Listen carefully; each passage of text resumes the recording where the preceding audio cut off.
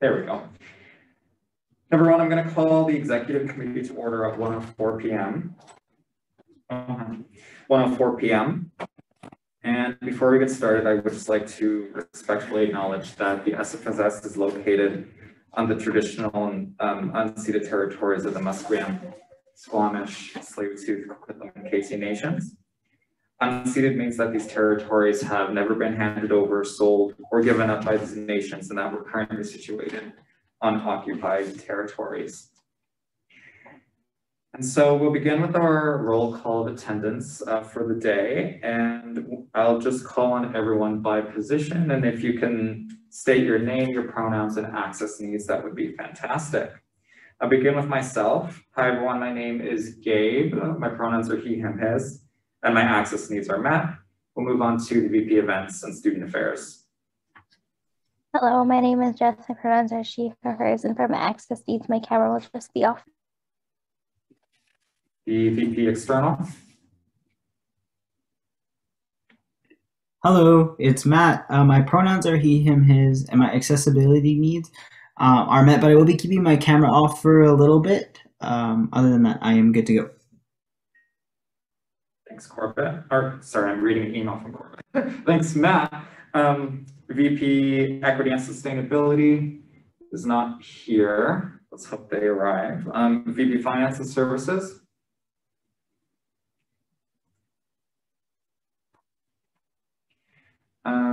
It's in the chat there. Alice Pangura, pronouns she, her, hers, access needs are met. VP Internal and Organizational Development. I think he's popping in late, but he is here, or will be here rather. And VP University and Academic Affairs. Hey everyone, my name is Serena, pronouns they, she. My access needs are met. I just have to have my camera off today. I have a headache, so I'll be having my eyes closed, but I'll be listening the entire time. Sorry to hear that, Serena, and welcome back, by the way. Okay, into society staff now. We'll begin with the operations organizer. Hi everyone, Aisha here. My pronouns are she and her, and my access needs are met. Thank you, Aisha. Board organizer. Not here yet. Sorry to late. It's okay, Corbett. I went to the second floor. I think that's where we were meeting. Administrative assistant. Hi, my name's Christina. My pronouns are she, her, hers, and all my access needs are met. Building manager. Hi all, my name is John. My pronouns are he and his, and all my access needs are met. Perfect. And Corbett, since you're here, did you want to go ahead? Yeah. My name is Corbett, VP Internal Organization Development. Pronouns are he, him, his, and access needs are met. Thank you. Thanks, Corbett. And so we'll jump into our agenda then. We're at section 4, which is consent agenda. And so we have one motion under the consent agenda. It's 4.1.1, matters arising from the minutes. There's one package of minutes to approve from the November 29th executive committee meeting. Are there any objections to the one item within the consent agenda this afternoon? I'm seeing none, so the consent agenda is carried unanimously. We'll move then into adoption of the agenda. And I'll read the question now. Be it resolved to adopt the agenda as presented. Do I have a mover for the motion? Yes. Jess moves. Is there a seconder? Corbett seconds. Corbett seconds. And all right, this is an opportunity to, if there's any questions, comments, or discussions or amendments to put forward on the agenda. Jess, you can go ahead first. I have a discussion item, but then I also would probably have to amend the agenda to put the discussion items before the new business because it's related to a motion that I have to put. So for the first amendment, I will put a discussion item titled in-person events updates. And then that same title will also go under new business, along with a motion that I put in the chat. Oh, wait, so are the discussion item and the motion linked? Yes. So then why don't we just put the motion forward, and if we need to change the motion, we'll just amend it or postpone it instead of adding two items for the Okay. same topic. But that makes sense? Yes. Thank you. Okay. No worries. Did you send that via email too? Yes. Today Okay, at 12:10. Thank you. Any other amendments? Corbett? Yeah, I have a bunch.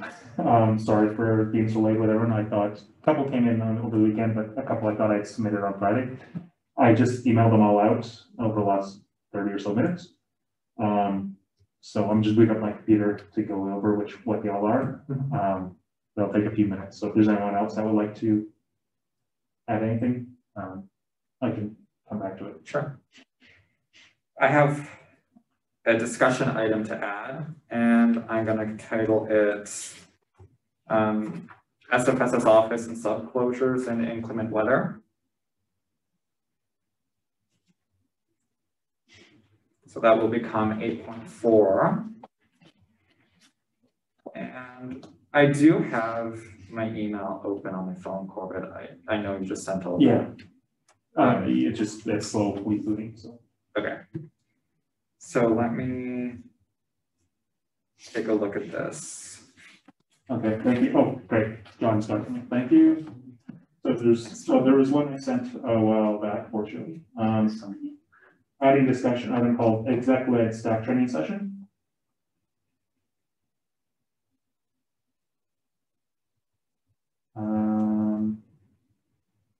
And then basically 4+ motions.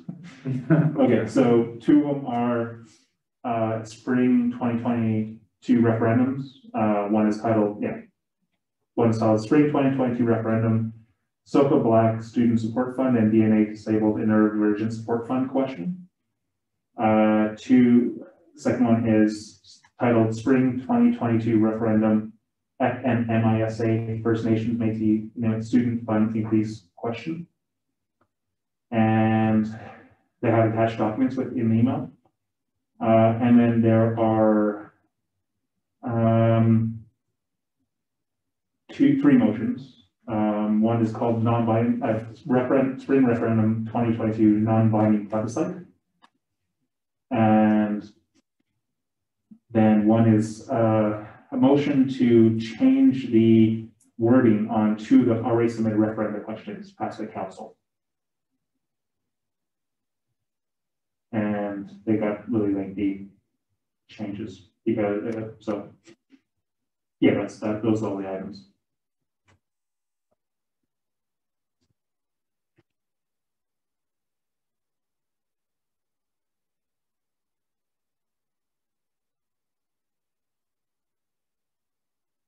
Oh wait, okay, so sorry, the last 2, one was the non-binding plebiscite and the second one was the wording changes? Yeah, for 2 of the referendum questions. So there's only 4 motions I'm submitting.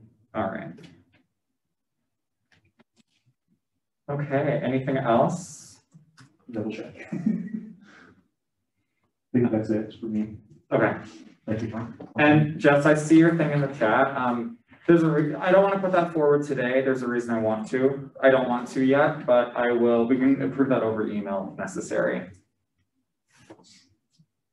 Just changing my mouse.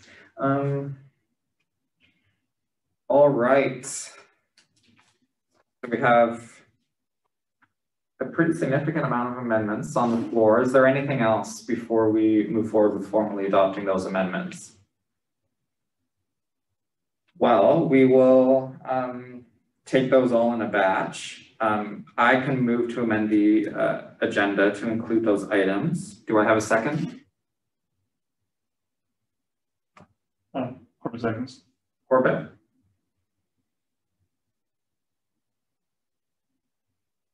Can you read the chat comment? From Christina, just clarifying, is the HD plan fee adjustment power no motion emailed out going to be on the agenda? Yes, both of them. There's two questions that got passed for a referendum. One was a fee increase and one was a power change or power renewal. And I wanted to reword both of those questions to be more human readable versus the whereas clause structure that we use just for students in general. So both of them will be, if the motion is passed or motions are passed, they will be submitted for the referendum. Does that make sense? Christina, do you want to go ahead? Yeah, sorry. So let me just clarify, because in the email, there's the rewording of the referenda question. And so it's the two H and D questions, or is that not a motion? Did I have them for separate updates for each one? Maybe I do a separate motion for each. Sorry, it was read too quick.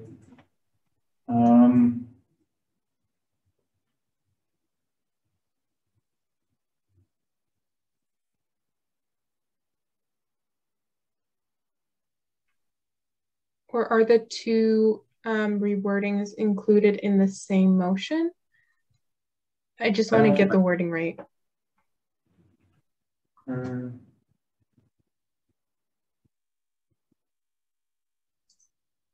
Yeah, well, maybe I was rushing this, but yeah, sorry, there should be two separate questions, two separate motions. My apologies. So it would be the H&D plan fee increase and then the H&D plan fee adjustment power renewal?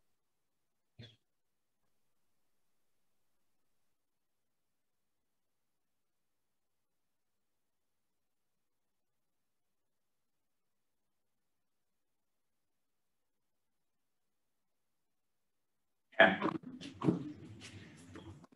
Sounds good. We still have a motion on the floor to amend the agenda with these items. If there are no questions, we'll put this to a vote, and I'm seeing none. So all those in favor of amending the agenda to include these items seeking unanimous consent, that item is carried unanimously. And so we have to move back to the main motion, which now reads, be it resolved to adopt the agenda as amended. Any other amendments to last minute amendments to put forward at this time? Seeing none, we'll put this to a vote. All those in favor seeking unanimous consent. That's carried unanimously. And so we can move into reports. And we will begin with 6.1, report from management. And we have two management here today, Aisha and John. Which one of you wanted to start off today? I can start. Okay, sure. John? So I'll just touch on a couple of the points from last time because I actually wasn't at the last exec, so I kind of emailed it in, but there were kind of two significant items that you needed updates on. One was some checking and warping that I'd seen up on level 5000 along the blue land beams. So it's up at the very top of the building. It's where you see like the wooden beams and the steel structures that actually support the roof. Probably about a month ago, I think I mentioned it to you first, Gabe and Corbett, that I kind of noticed a little bit of movement in some of the beams, and I wasn't overly concerned at the time because like they will fluctuate with temperature and different things like that and as the building settles. But since then, we've been observing it, and there is definitely a significant issue there. And so given the fact that there's checking, which is like cracking that you can see coming across in some of the joints as well, we went ahead and we got the structural engineers to come back to check it out, and they have recommended some remedial works. So the remedial works involve basically bolstering what's there with some massive, really long screws just to kind of compact it all together to kind of prevent it from checking any further.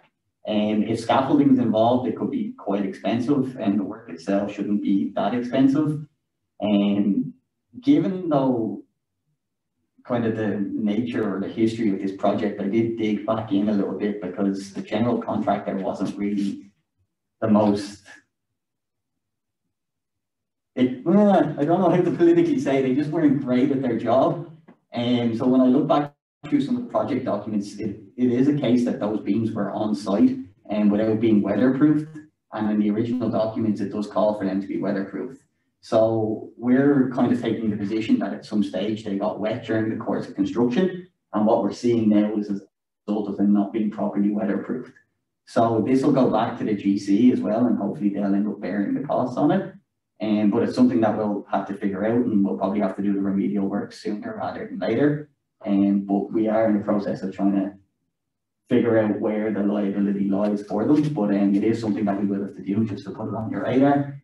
And then the second one, which I'll give a bit more detail on as well, but initially was the IT MOU, the update, just kind of the agreement. So we were working on an agreement with IT services just to kind of consolidate all of the services that are provided to us by the university into one kind of tangible document that we can reference that would have kind of timelines, service level agreements, also financials, different things like that.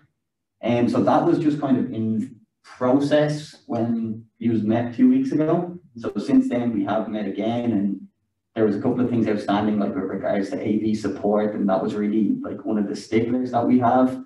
But it looks like we're going to be able to go on an hourly rate, which is what we're looking for.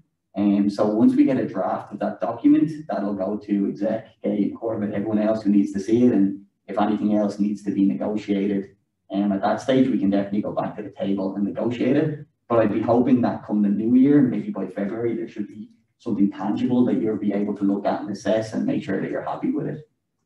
In terms of the last couple of weeks, with regards to updates, I've actually been doing a lot of building coordinator hours. So like the last 2 weeks, I've actually been full-time at the desk. So it's been kind of harder to juggle everything else. We have tried to draft a schedule of work though for outstanding deficiencies that are still going in the building. So that's looking at starting kind of on the 18th or the 16th, and depending on when Pro can get back to us. And that will run up until like January 6th. But given the fact that it's a quieter time around campus, it should have minimal kind of impact on what we're doing here. And they'll work around us with that. And one of the significant things though that does have to be done during that period of time is there will be about 6 panels of cladding on the exterior of the building that needs to come off. And so they were badly damaged. We've actually held them accountable to replace them rather than to repair them. So that should happen over the next couple of weeks as well. And we've also met with facility services and campus development to try and figure out how we can wrap up this project. So initially there was kind of some talks of a nuisance payment being made to the general contractor just to kind of wrap things up. And as of just late last week, I've asked the university to actually sit on that letter and not to send it out. And because when I did some rough calculations, there's a lot more work outstanding than there is money left in the Build SFU pot for the project. And so I don't think we should commit to any sort of payments until they come back and they do as much work as they said they were going to do. And because it's not actually in the GC's interest to complete the work if we pay them out, because the dollar value of the work that's outstanding is more than the dollar value of the money that's left. So what we're hoping to do is effectively sit on the letter that it doesn't go out, and then let them do this work that's outstanding over the next 2 weeks. Any of the work that they're done, they will be paid for contractually, but it means that we're not going to actually give a nuisance payment on top of that too, because we could actually be giving out more money than we have. And the 2 rooms had the motions passed. We were able to finalize the furniture for the 2 common rooms, and so that orders went in, that's been processed. We've also went ahead and we've managed to change the locks and the door handles on the doors too, so that's done too. And so they're pretty much ready to go. All we need to do is get the furniture, which should come in approximately February, I'd say. And yeah, that's pretty much the main things. But if there's any questions, because I know that's a lot to take in one big spiel, so if there is any specific questions on any of that, I'm happy to take them. Yeah, Corbett, go ahead. For the beams and stuff, how long of a process would be to fix? The fix itself is quite quick. So like really it is like it's the access that's the problem, but the fix is just driving massive bolts into wooden columns is the fix itself. So like the work could be done in a day, but it's just the access that could pose a problem. Okay, yeah, I understand. Because some of the location, because for clarity, John's shown me the spaces, like the beams and stuff, and some areas are, no, you'd have to have like super tall scaffolding, I think, from basically 3rd floor up. Yeah, in so some cases. I'm trying to figure out if we can bring in like a NUPS, like a mechanical elevated work platform through one of the service elevators and up onto the 5th floor. And if we can do that, that will significantly reduce the cost, but we just need to look at the load bearing of the concrete slab and things like that. So I'm quietly confident we can do that, but I just don't want to put it out there for sure. And if we can do that, we should be able to access the bottom of those glulam beams from the 5th floor. And if that's the case, it's significantly less in cost than if we had to do the scaffolding. Okay. Okay. Any other questions? Okay, perfect. Thank you, Jim. Aisha, did you want to go ahead? Sure. Mine is relatively quick. I was on a bunch of hiring committees within the last 2 weeks. So I have a bunch of updates regarding hiring, which is exciting.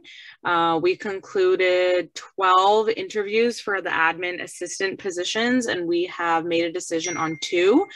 They will both start in the new year. We've hired an evening shift admin assistant and then a day shift admin assistant. We also determined the accessibility coordinator, and they started today, so that's Brianna. And we also hired the FNMISA coordinator, who will start also in January. For postings, we still have the accessibility assistant posting that will go out hopefully soon, depending on HRP. And then the building coordinator hiring committee, which that posting closes today. So that's it for hiring. In terms of HRP, I've submitted to Gabe a number of job description amendments. So that's just reflecting the new governance restructuring. And I had staff add their input regarding reflecting on what their position realistically looks like now that we're in the sub. So all of that has gone to HRP, and I am awaiting their approval before implementing that and taking it to a working conditions meeting. We've had a number of a bunch of activities in the SLO situation. And so one of the things that have come up since then is a conversation being had on the constituency group, an understanding of the constituency group MOUs. And we also met with SFUIT and did a bunch of stuff. And I now have access to creating new SFSS SFU role accounts and changing those passwords. So if you cannot get into them, let me know and I can do that, which is exciting. And then also I've been busy planning the holiday party. So the holiday gathering is happening on Saturday. And Gabe, can I just do a plug? Absolutely. Okay. So we have to let the venue know by tomorrow how many folks are coming. So we do have extra spots. So the social committee is determined to open that up to obviously exec, but the constituency groups as well. So if you know anyone from there, please get them to RSVP. And if we still have seats, I think the discussion was to offer them to council. So yep, that's it for me. Thank you, Aisha. Did anyone have any questions?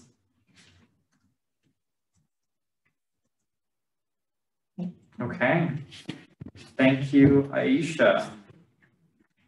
So that is report from management. Thank you both. And we'll move on to report from executive officers.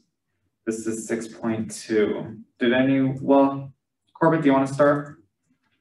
Yeah, so, sorry, last couple of weeks have been focusing on making sure the last council meeting December 1st happened, and then trying to sort out the after effects of that, especially related to the referendum questions that was approved at council, some of the policy changes, etc. It was a very, very eventful meeting, or impactful meeting. And so this last week I've been focusing a lot on connecting with DMA, FNSA, or FNMISA, and SOCA around possible referendum questions, which have now been put to executive today. And as well as trying to catch up on a bunch of backlog of emails. I had well over 200, now down to about 70 unread, still going through. And as well as working on some stuff like the constituency group model of the document for it. So it's all written down and something that we can share and with staff and stuff when we eventually do a some training, which is related to one of the discussion items I've added today. And so that's kind of, that was kind of been what my last 2 weeks have been. I'm also planning to start going on leave of absences, starting this week, and we're going into parts of next week, and kind of in bits and pieces as needed. So, yeah. Cool. Any questions for Corbett?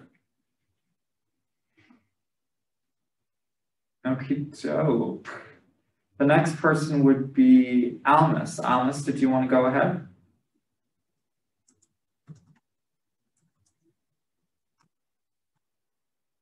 If you're able to, do you have access to your microphone?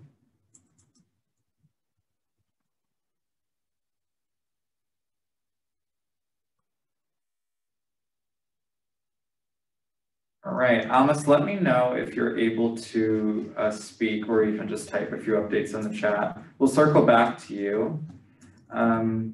Serena, I know you're literally just returning today.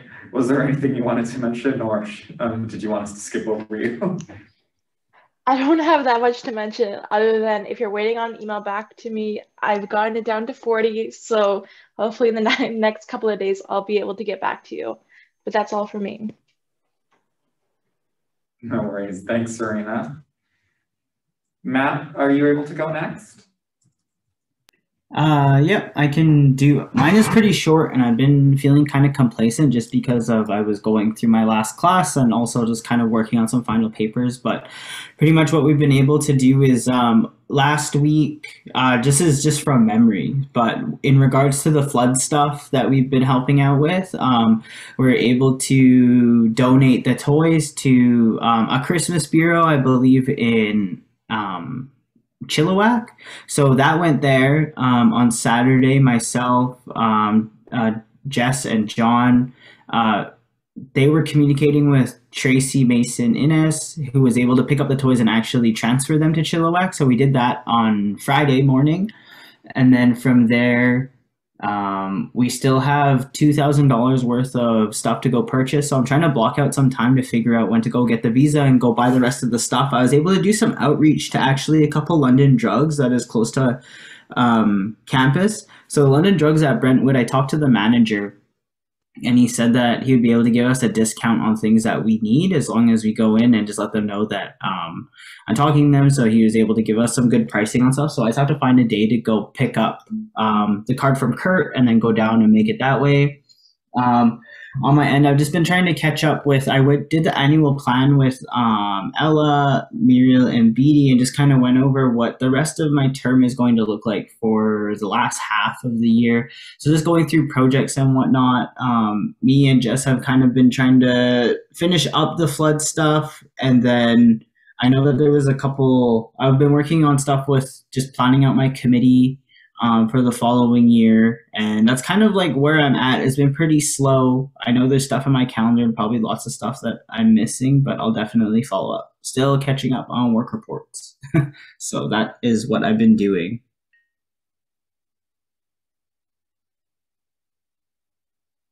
Thanks a lot, Matt.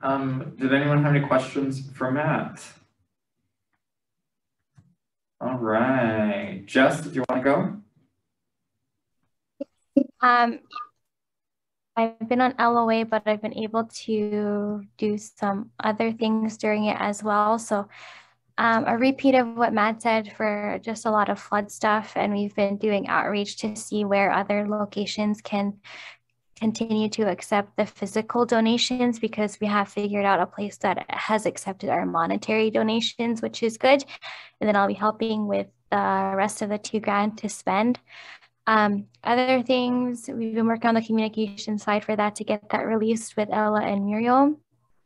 And liaisoning, if that's a word, with Corbett and John about events in the sub, which I'll get to later. And that is about it, I believe. Thanks, Jess. Any questions for Jess? All right, I believe it's just me last. And yeah, it feels like it's been a busy last 2 weeks. So on my end, starting I think from last Monday, I started off returning from my leave of absence, and I went on a number of Costco runs with Matt and Jess to buy some stuff for the flood donations. I had my monthly meeting with Joy Johnson that week as well. I've been working, or I should say Corb's been working with me to help kind of restructure and review my portfolio as president and try and help make my workload a bit, I don't want to say light, but more manageable than it has been the last little while. Of course, we had the council meeting last week, which was oddly the first council meeting I'd shared in a couple of council meetings just due to a number of circumstances, which was nice to be sharing. I had the joint operations group agenda setting meeting, so I was able to put forward a number of items from the SFSS to that meeting. JOG is happening on Thursday. Aisha, John, and Ella and I continue to have our weekly management check-ins, and Corbett was at this past one because he was acting president for a while. We had a meeting with, when I say we, I mean me, John, and Corbett. We had a meeting with CJSF. They had some concerns around when they are able to access the student union building and when they can offer their programming.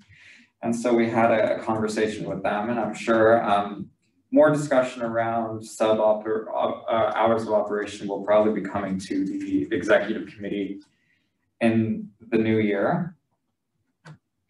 I attended the strategic planning development session, which happened last week when council is usually happening. We thought we had a break. Nope, no, that's okay. Matt, Jess, and I attended the president's annual reception, which was kind of weird, not gonna lie, but it was an interesting event. If I can summarize it in a sentence, essentially, it's an event to please SFU's donors, basically. But it was good food, good conversation. Definitely don't regret going. And other than that, I've just been answering a ton of emails. I had 193 emails in my inbox on Friday, and this morning I was at 7. So Aisha and I were texting back and forth this morning, and someone needs to get me a gold star or something, because that's pretty pretty remarkable. And if you can still believe it, Have you taken a screenshot just to prove it? Well, yeah, I'm gonna frame it on my wall and keep it there for a while in my office. And if you can believe it or not, I feel like I'm still catching up from my leave of absence, which I got back from 2 weeks ago. So much happened while I was gone. I'm still trying to piece together what was going on during those kind of just under 2 weeks I was gone. And just like Matthew, I am catching up on work reports. And that's about it for me. Any questions for me? Okay. Well, we will move on then to 6.3, report from the Hr Personnel Subcommittee. Okay. Oh, Almas, I apologize. You can go ahead, Almas. I apologize for skipping over you. I wasn't sure if you heard me when I called on you the last time. Okay, so for the last 2 weeks, the center stage has been sorting out some stipends for people who left their positions, and new people joined in, but it was really messy because I feel like we lacked a proper system where it's conveyed to everyone and we get those people off the payrolls and get others on the payroll in time. But Corbett is working on that. Another one has been our insurance. Aisha and Kurt were very kind to fill in some details that I was not sure about, and now we've sent it to them.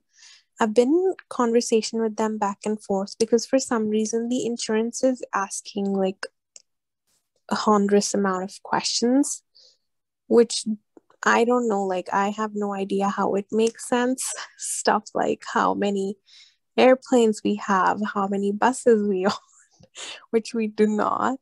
So that's one thing. I also met with one of the clubs at SFU along with Melanie, because they had reached out to me for quite some time, and we were able to answer a lot of their questions. Apart from that, I've been a part of the strategic planning working group, and like Gabe already mentioned, was able to attend that meeting with Amal and Ella, and I feel like it was such a great and fun-filled session. She also taught us about a mural, which I think can be used for SFSS as well at some point in the future. I'm caught up with my work reports. Since the start of my term I have been, so that's good news. Just one second. I've been trying to take my own time and work on what I want to do in the next semester while I'm trying to keep things ambitious.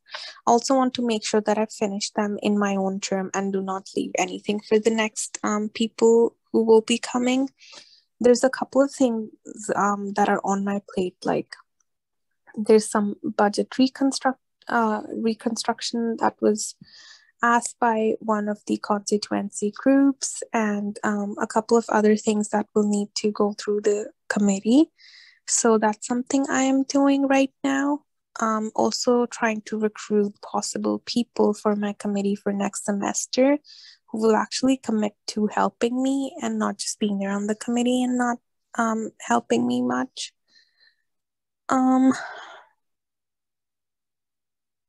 What else? Sorry, I'm just trying to see my calendar.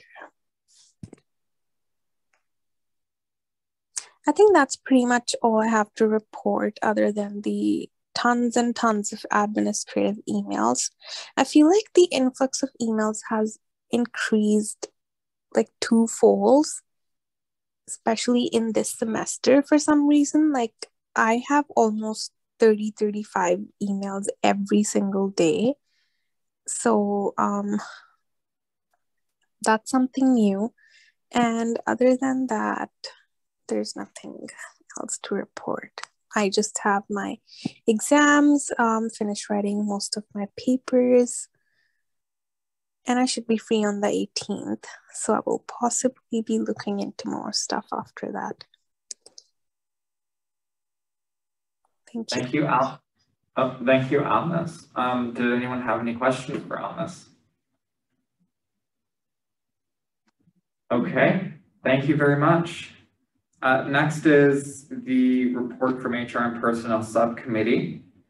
We had a scheduled meeting last Thursday. We didn't meet quorum, so we had a number of resolutions that went unpassed. We're trying to get those passed over email because some of them are time sensitive. Some of them include job description amendments. As Aisha was mentioning before, some of them were simply to reflect the changes in the governance structure over the last 2 years. Some of them were more substantial, and so we're waiting on approval from some HRP members to get those approved. That is all I have for that report. All right, that concludes, we can move on then to section 7 and move right into new business then. Presentation? No presentation. It's not on the agenda. Oh, sorry, not presentation, but Prahar's here to, sorry, Prahar?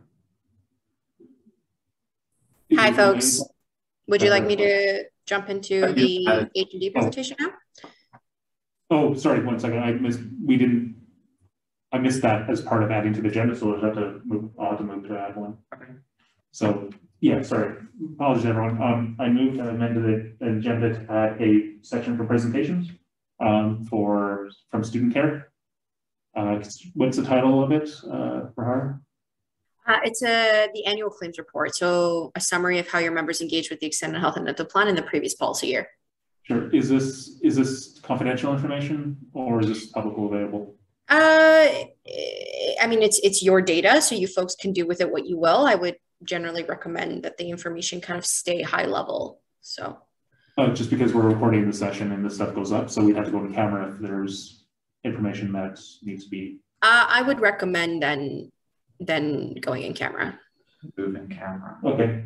So finish doing your thing and then we can. Yeah. So, sorry, amend the agenda to include presentation from student care on the annual. Sorry, say the name again. The annual. It's the annual claims report, as well as a really quick snapshot review of the fall change of coverage period. Okay, thank you. All right, so Corbett has moved to add this presentation to the agenda. I'm assuming right now. Yes. Is there a seconder for this?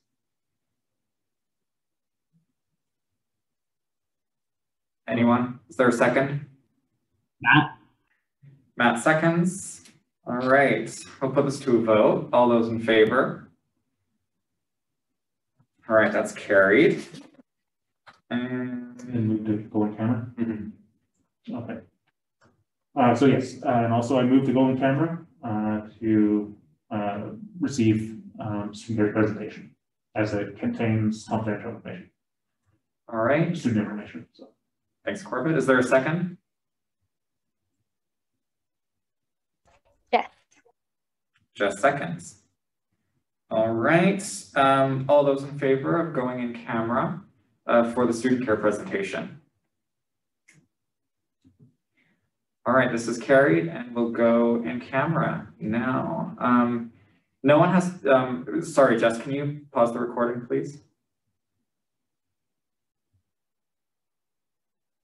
It's recording. I'd like to move that we go ex camera from our presentation from student care. Is there a second? Corbett, seconds. We'll put that to a vote. All those in favor, seeking unanimous consent. All right, that motion is carried. And we will move into new business and we'll complete, we'll begin with 7.1, which is appointing accessibility assistant hiring committee employer representatives. And this was submitted by me. Sorry, my phone's off. I will read the question now. The motion reads, be it resolved that the executive committee appoints ACTS to the accessibility assistant hiring committee as employer representatives. Do I have a mover for this motion? Marie. Marie moves. Do I have a second? Yes. Just seconds. All right. So with the successful candidate for the accessibility coordinator position being Brianna, we now have a vacancy in the accessibility assistant position, which needs to be filled. So another hiring committee. So, pardon me? Yes, yeah. So with that being said, we need 2 employer representatives to serve on this committee. And I did some light canvassing of the executive committee before. And I know, Marie, you've expressed interest. Are you still interested? Yeah. Fantastic. Is that what you're gonna say for your list? Wait, you cut off for me. What did you say? Oh, I just said, is that what I saw you were on the speakers list? Is that what you? Yeah, that was my list. Fantastic. So we can amend the motion to include Marie's name to appoint to the hiring committee. We do. I guess this is a question for Aisha. I know we reached out to DNA. To see if anyone had capacity or wanted to be on this hiring committee. Did we hear from anyone there yet? I have not heard from anyone there yet. Okay. Yeah, I personally would like to wait to hear back from them before filling that other seat. Just because we do have that lovely language in the CA now that lets us have CG executives on hiring committees. So I don't know if we've used that language. No, we have we? I don't remember. I don't know if we've used that language yet, but it's going to be cool to use it finally. Unofficially, I think, right? Like yeah, we before. used it. I think we used it for FNMISA. Did we? Oh. Yeah, Callie was on the Yeah. committee, I believe. Oh, you're right. I forgot about that. Yeah. Marie, is that a direct response you have? No, ignore me. That's okay. Okay. All right. So I think for the meantime, we can appoint Marie to the committee. And once we receive a name from DNA, if we receive one, then we can appoint said individual at that point in time. Does that sound good to everyone? Lovely. Go ahead, Marie. Maybe we could just like send out a follow-up email and just see if they're if like they received it really. So yep, I think that's a good idea. Thank you. All right, so with that being said, I'm going to move to amend the motion to strike X and replace it with Marie Haddad. Can I have a second for that motion? Me. Marie, seconds. All right, any discussion? All right, putting this to a vote. All those in favor of this amendment seeking unanimous consent? That's carried unanimously. And we're back to the main motion. Just for clarity's sake, the main motion now reads, be it resolved that the Executive Committee appoints Marie Haddad to the Accessibility Assistant Hiring Committee as an employer representative. Any last questions? All right, seeing none, we're voting now. All those in favor seeking unanimous consent? Has carried unanimously. Now we can take a break.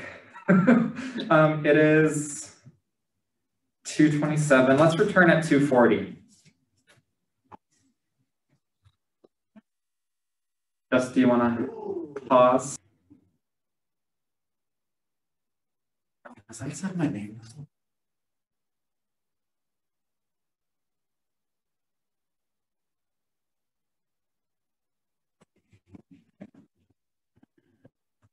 Hi everyone, welcome back. All right, I can't see anything with my glasses. Are you in the library, Marie? Yeah. I'm in the double monitors room. Do you know where that is? No, I've heard of it. It's really dope. Is that on the, what floor?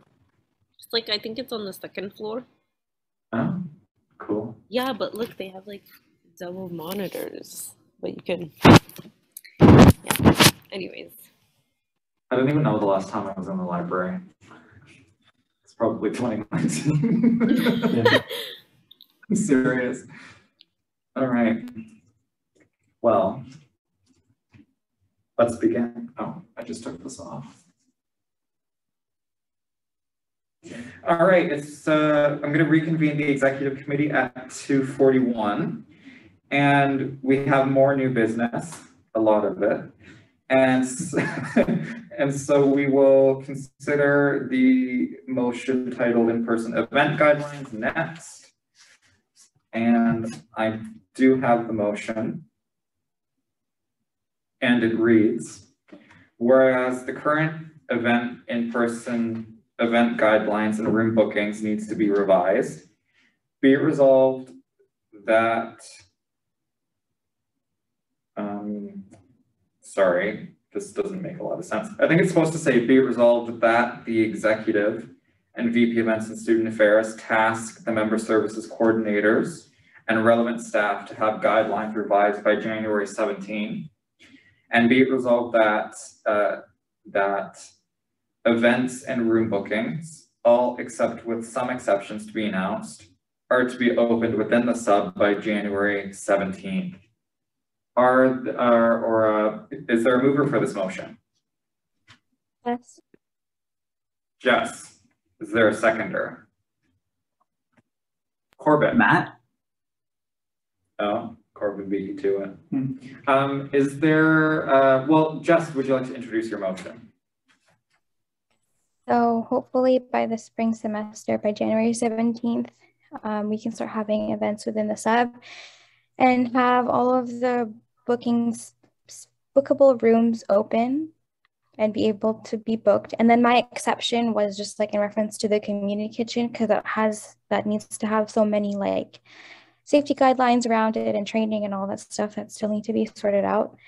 But I chose January 17th because there are a few things going on that have been in the works, such as in-person club stays, sub grand opening Maggie, and a powwow that Matt and I have been planning alongside FNMI SA since the summer.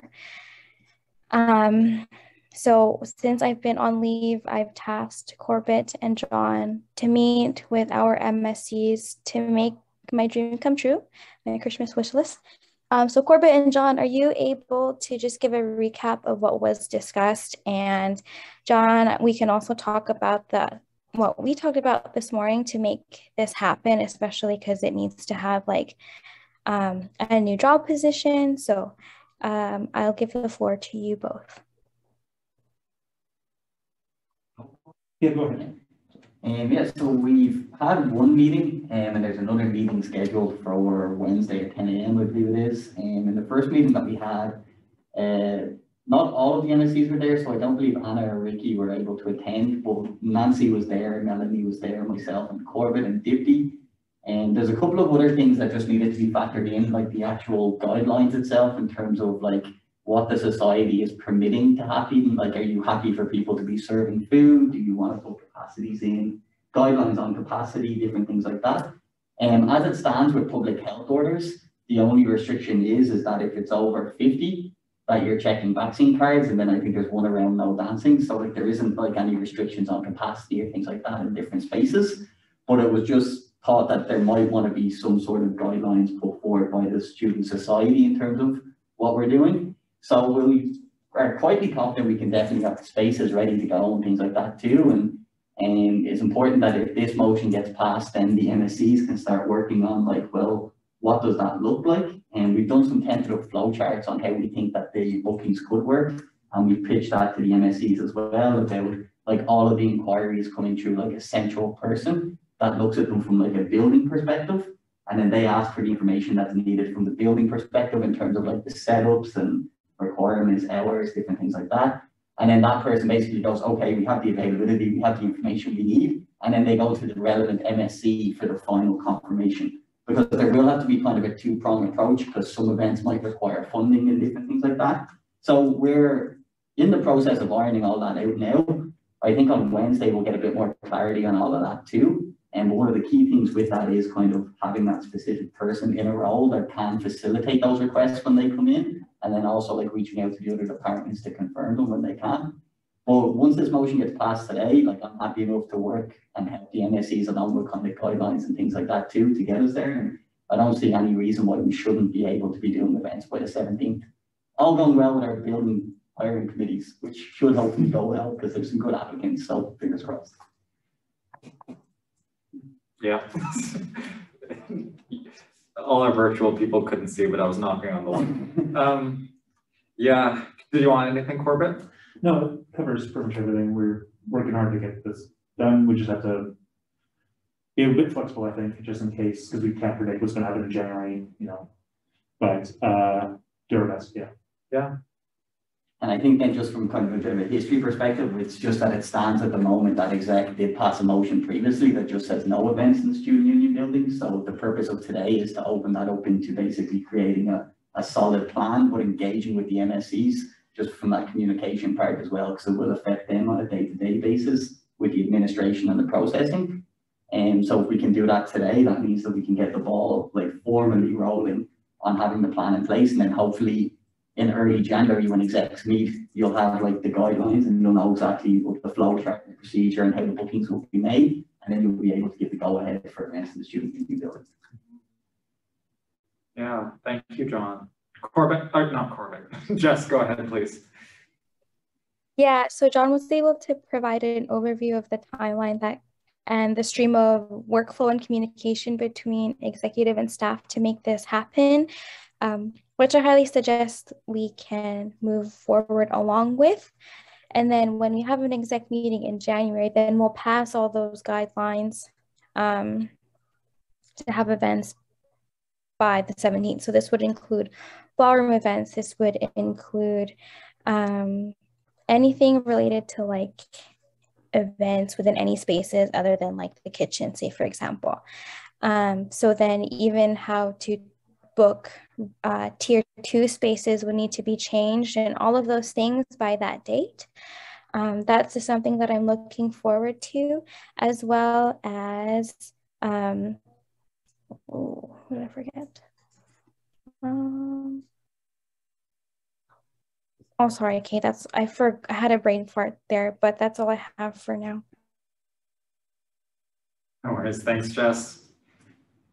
Oh, wait, I remember, sorry. Okay. The events liaison position, like that's why I was asking you, Gabe, earlier, if you can call one of the working conditions meeting as well, because that new staff position would need to happen for events to work within the sub as well. So right now, because Dipti will return to in-person work safely near the end of January, it's still just going to be me and building staff for a lot of the event stuff until end of January, and it has been like that since December. So we've been kind of swamped. So I was wondering if you can call that meeting soon to approve the amendments made to that job description.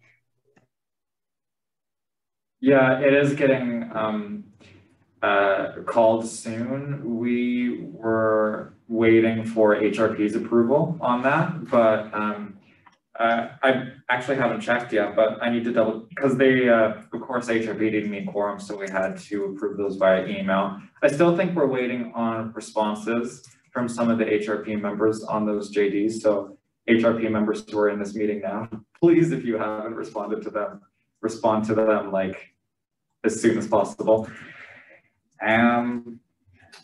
Thank you, Marie. I love you, thank you. Any discussion on the motion on the floor? Any questions, comments?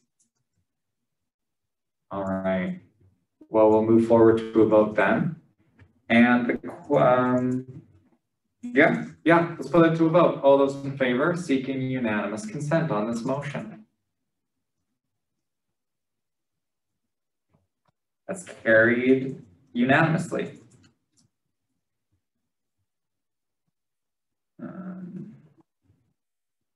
The next motion is Spring 2022 referendum question.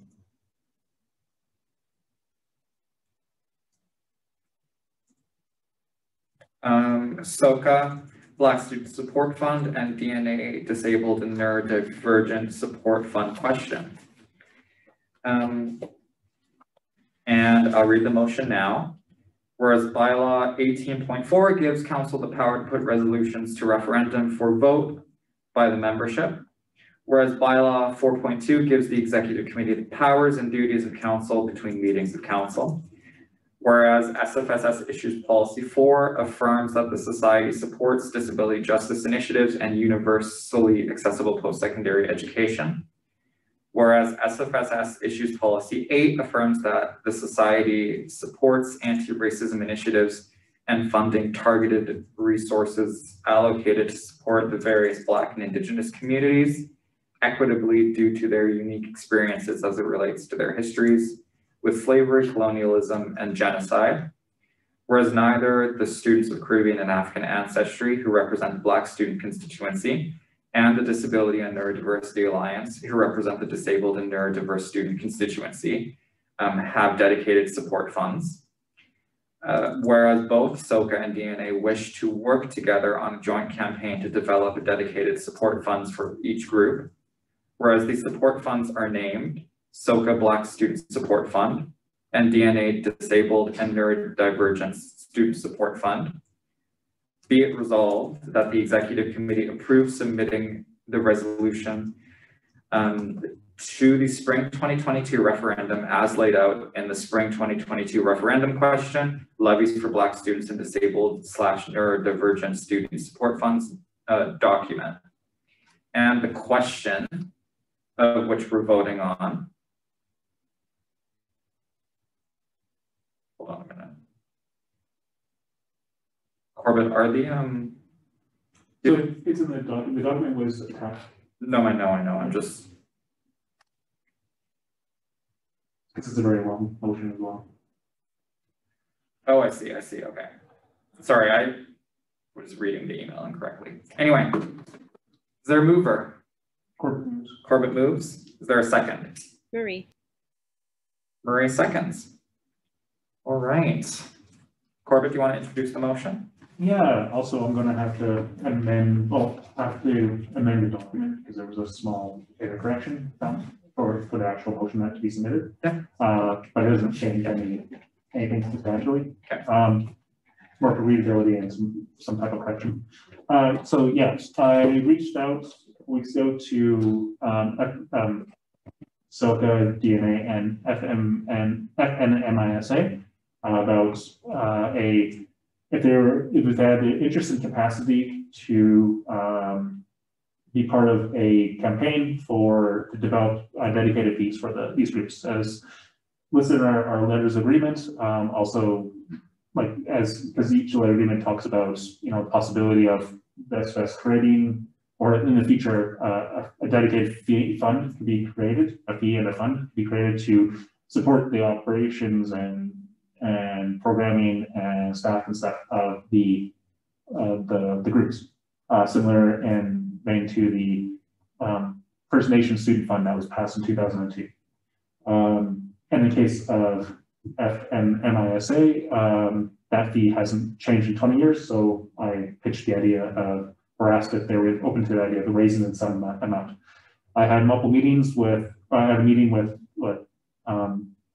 Balkis, president of SOCA, as well as the exec on DNA and Audrey, acting president for FNMISA, about these 3 individual meetings. And they're all in favor in some form. And then over the weekend, I got the actual documents with the amounts and the motions and such. And so I reviewed them and looked good, and in one case we made some small changes, but for the most part it's generally the same idea. Generally the idea is use the referendum, in the spring referendum to ask students or members to vote on creating these funds, two new funds, one for SOCA, one for DNA, and the other one is for increasing a fee for FNSA's First Nations Student Fund, and also changes the name to it. So we'll get to that second motion there, but basically same idea, so I figured do all for one. Cool. Well, thanks, Corbett, for putting these forward and liaising with the constituency groups to get these referendums organized. Did anyone on the executive committee have any questions or comments as it pertains to SOCA's referendum question?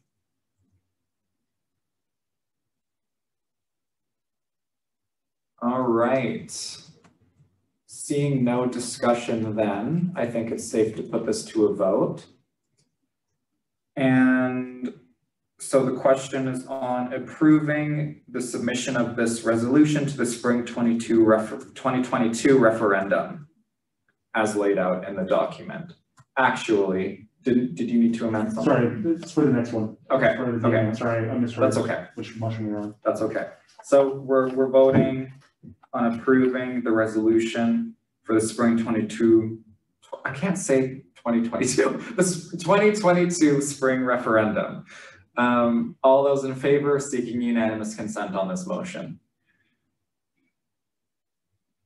All right, seeing no opposition, this is carried unanimously. This brings us to the next motion, which is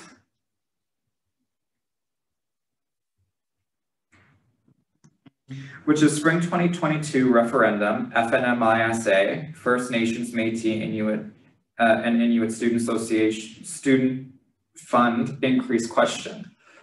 And I'll read the motion now. It reads, whereas bylaw 18.4 gives council the power to put resolutions to referendum for a vote by the membership. Whereas bylaw 4.2 gives the executive committee the powers and duties of council between meetings of council. Whereas issues policy 7 affirms that the SFSS commits to working towards supporting Indigenous peoples during and throughout their academic journeys to ensure that reconciliation is prioritized within the student union and is ongoing. Whereas the First Nations, Métis, and Inuit Student Association has an existing First Nations student fund from a referendum in 2002. Whereas this fund collects from undergraduate students each term 75 cents for full-time students and 38 cents for part-time students. Whereas this fee has not increased since its creation, since it was first created 20 years ago. Be it resolved that the executive committee approves submitting the resolution to the spring 2022 referendum as laid out in the draft FNMISA SFSS referendum question document. Is there a mover? Is there a mover? Corbett moves. Is there a seconder?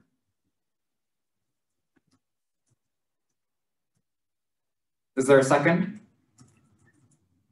Matt? Matt seconds. We're a bunch of shy seconders today. We need to have Abby come in here. Yeah. Anyway, Corbett, the floor is yours. Yeah, so as mentioned earlier, I also met with FNMISA. This one's a little bit different, and so it needs its own separate question because this is an increase to an existing and renaming of an existing fund. As mentioned, the fund was first created in 2002 in a referendum, as all fees need to be. And it sets the fee at 75 cents per term per full-time student and 38 cents per term per part-time student. And so in 20 years, obviously inflation and stuff has increased. And it works out to be, I think, about, if you were to just match general inflation, it would be around $1.20 or so that he would be.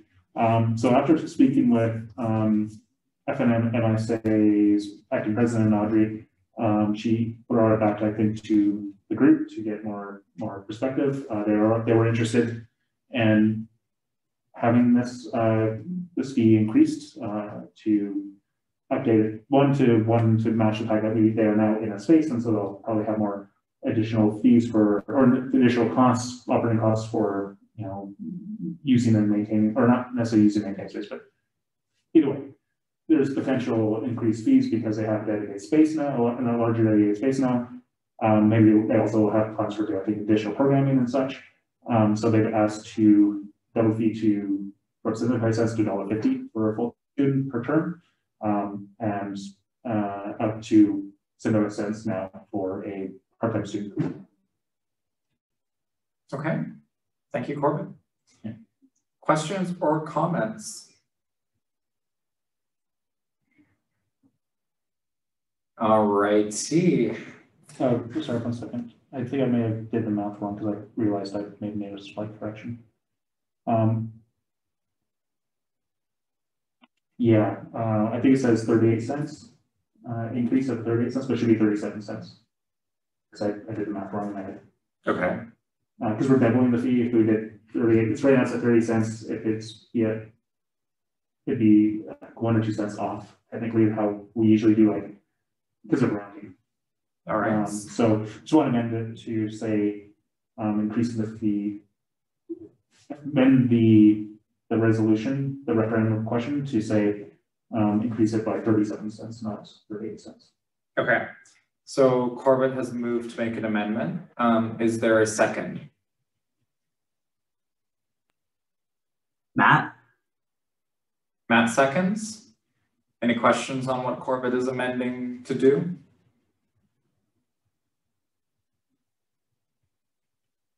Okay, we'll put the amendment to a vote. All those in favor seeking unanimous consent?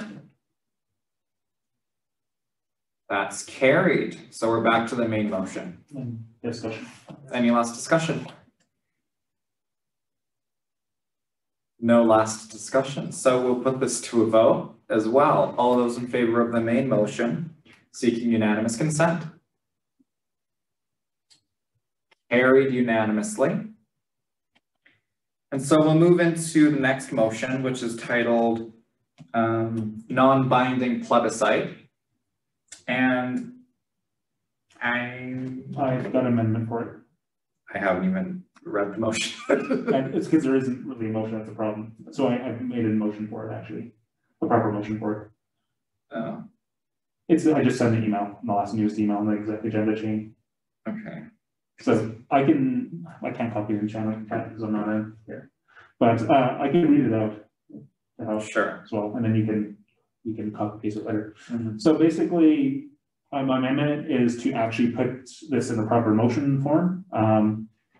So whereas bylaw 18.4 gives council the power to put restrict resolutions to referendum for vote on by the membership, whereas bylaw 4.2 gives the executive committee the powers and duties of council between meetings of council, whereas the build SFU project is complete with completion and opening of the sub and SFU stadium, whereas projects of this scope are both large and long-term, whereas if the SFS wishes to explore other large scope projects, they should start early, whereas the spring 2020 referendum is a good opportunity to start a membership with a non-binding plebiscite.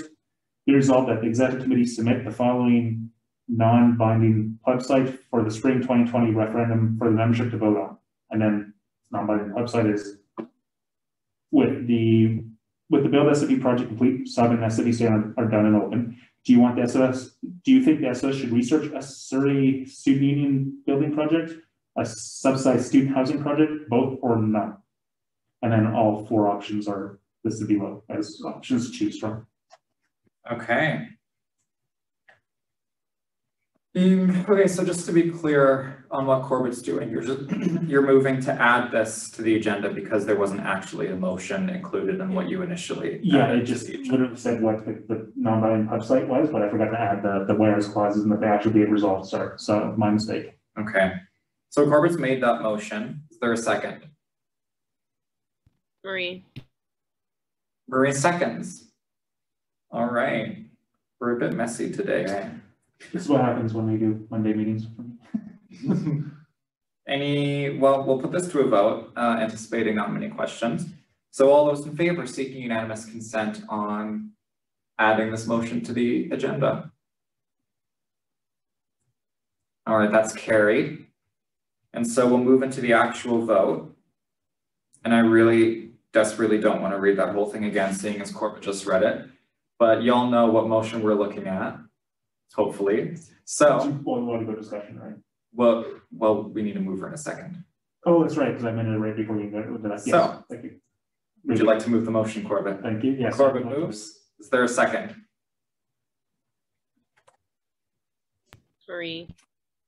Marie seconds. All right, Mr. Gildersleeve, the floor is yours. Thank you. Sorry for all the mess this morning with all these amendments and stuff. So fundamentally, it's just the SFS has a couple different, when it relates to referendums, they can do something called a non-binding plebiscite. It's basically an opinion poll. And you can ask questions of the membership. And so this is an idea I've been wondering, a couple different long-term projects I've been wanting to explore, or at least want the SFS to start exploring. And some of them relate to either doing a Surrey sub or sometimes subsidized student housing, or both, or none. Maybe membership think we should not do any of it, or should we do something different in the future. But the point is, we can ask the membership, one, to give them also additional reasons to come out and vote or vote online, but also just give a kind of equivalent of, how all our AGMs have like one values type motion. We should have something like this as well around opinion pieces and survey, effectively like a symbol for survey. And because these are larger projects, they would take a lot of time, and I don't think it'd be good for the SFS to, in the future, potentially devote a bunch of resources to a research project that maybe students don't want us to do, right? And so I think this is an easy way to pull this membership, because we know there are people going to be voting in the referendum, and so good opportunity to bring this forward. And regardless of what the results are, no, it doesn't bind us to actually have to do it, because maybe something happens, or maybe it can be done at a later date. But the point is, this doesn't hurt to actually ask. Thanks, Corbett. Questions or comments?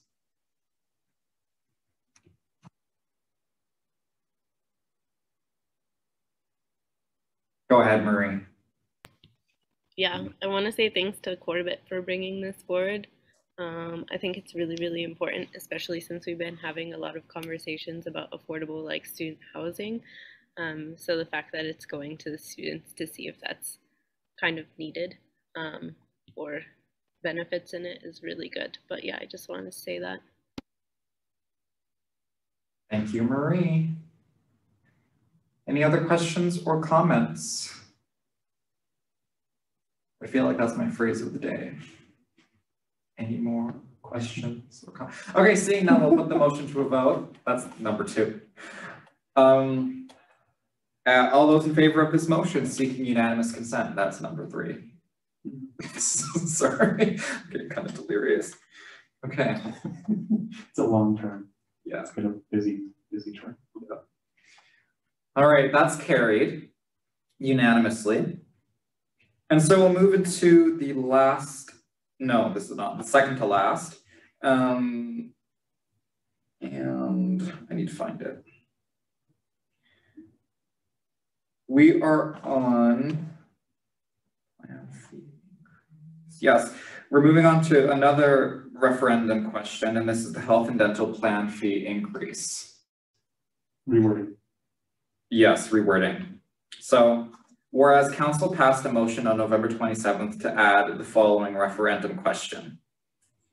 And the referendum question was, whereas the current health and dental plan costs $270.36 a year, whereas the SFSS health and dental plan fees have not changed since 2018, whereas health, dental, vision, and prescription costs since 2018 have increased to above the current fees, whereas the SFSS has been using the health and dental plan reserve fund to cover any deficits in the plan costs, whereas the fund can cover 1 or 2 more years of projected deficits without cutting benefits, whereas Student Care, our health and dental plan administrator, has recommended a total fee increase of $39, whereas increasing the health and dental plan fee would reduce strain on the health plan reserve fund and let it subsidize deficits for longer. Do you agree to increase the SFSS health and dental plan by $30 a year from September 2022 to August 2023? The basic plan from $216.12 to $246.12, and the enhanced plan from $276.48 to $306.48. Whereas this question is not the most readable for students not familiar with Robert's Rules of Order and formal motions, whereas most referendum questions are written more plainly to make it easier to read and understand, be it resolved that the Executive Committee reword the referendum questions to the following. The current enhanced SFSS health and dental plan costs $254.36 a year, and the basic SFSS health and dental plan costs $197.52 a year and was set in 2018. Since then, health, dental, vision, and prescription costs have increased above the current fees. The SFSS has been using the health plan reserve fund to cover any deficits in the plan costs. However, this fund is estimated to only cover for 1 or 2 more years of deficits without cutting benefits. We have been recommended to increase the total fee by $39 by our plan administrator, Student Care, but we believe that only increasing it by $30 will allow us to stretch out the use of our health plan reserve fund for longer to save students money. Do you agree to increase the health and dental plan by $30 from September 2022 to August 2023, with the basic plan increasing from $197.52 to $227.52, and the enhanced plan being increasing from $254.36 to $284.36. Would you like to move the motion, Corbett? I would like to move it, thank you. All right, is there a second? Marie. Marie seconds. Did you have any? Yeah, so just a summary, I guess, is as kind of the motion states, I think it's better when we can to reword them to be these motions to be, or these resolutions to be more in a more casual conversational format. Just because it's what most students aren't aware of the whole, like why it says whereas, what does this mean, what's my actually voting on, etc.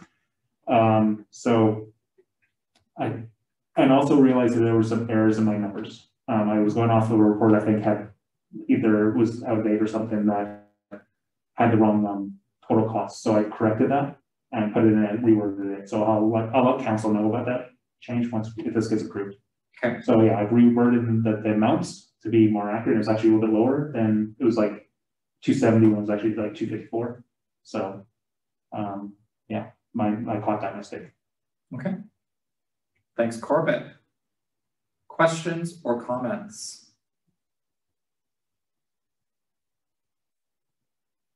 Seeing none, we'll vote on this motion. All those in favor seeking unanimous consent? Carried unanimously. And so we'll move on to our last referendum related motion, which is titled Health and Dental Plan Fee Adjustment Power Renewal Rewording. And so I'll read this as well. Whereas Council passed a motion on November 27th to add this referendum question, which reads, whereas the spring 2017 referendum gave the SFSS Board of Directors the power to adjust the SFSS Health and Dental fee by plus or minus 5% a year until spring 2022. Whereas the SFSS has changed their health and dental plan accounting model to better allow for fee negotiations. Whereas giving Council the ability to adjust the health and dental plan fee by plus or minus 5% a year would allow them more flexibility to match fee changes. Do you agree to give Council the power to adjust the SFSS health and dental plan by plus or minus 5% until spring 2025? Whereas this question style is not the most readable for students not familiar with Robert's rules and formal motions. Whereas most referendum questions are written more plainly to make it easier to read and understandable. Be it resolved that the Executive Committee reword the referendum question to the following. And the following is, students gave the SFSS Board of Directors at the 2017 spring referendum the power to adjust the SFSS health and dental fee by plus or minus 5% each year until spring 2022. Whereas the SFSS has changed their accounting model for the plan to better allow for fee negotiations, renewing the power for SFSS Board of Directors, which is now the SFSS Council, to be able to adjust the fee by plus or minus 5% each year until spring 2022 will allow them for more flexibility to match fee changes. Do you agree to give the SFSS Council the power to adjust the SFSS Health and Dental Plan by plus or minus 5% until spring 2025? Is there a mover? Corbett moves. Is there a second? Marie. Marie seconds. So I just like this random hand going up front. Yeah. Yeah, so similar as the last motion, just rewording it to make it a little bit more easier to understand, the better flow. And so, yeah, if there's any questions or comments on the wording. Sorry, should the actual language say in the last one, do you approve even power? Should it say the health plan fee 5 plus 5 minus %, or is that?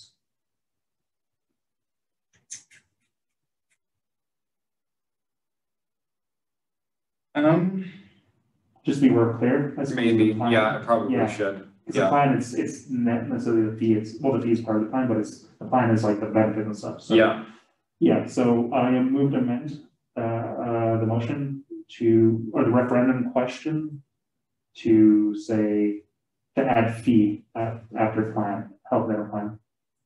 All right. Is there a second?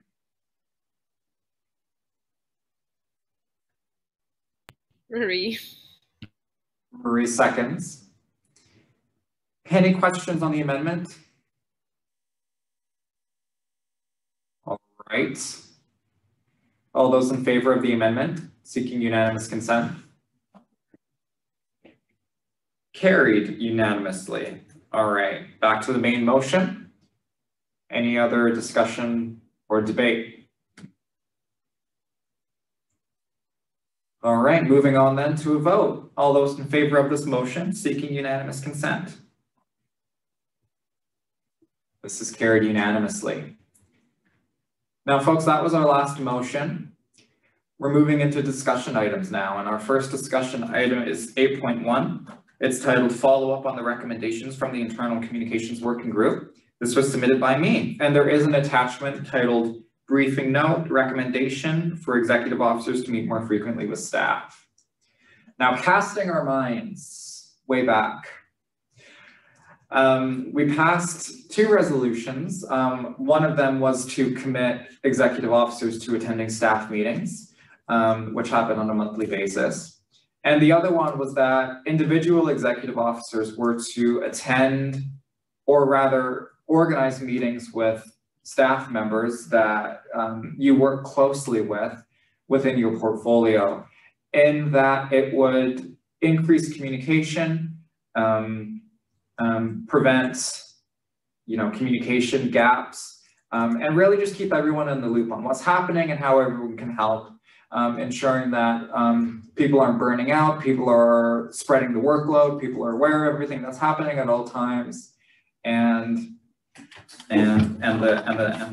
all of that.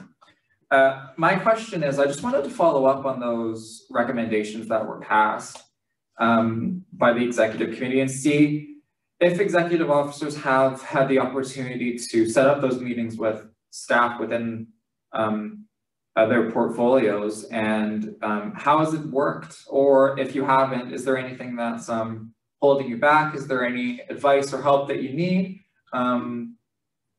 Yeah, those are my questions. And I guess we can do a bit of a roundtable on this, because I'm interested to hear from everyone. And I'll just call on folks, and if you're able to share, that would be fantastic. And I'll just start with Corbett because he's across the room from me. Yeah, thank you. Okay. I've had some light conversations. Well, 2 things. One, I've been working more towards delegating, reviewing my own portfolio, reviewing other people's portfolios, and delegating better to Ella and Aisha on specific tasks, or slowly moving towards doing that.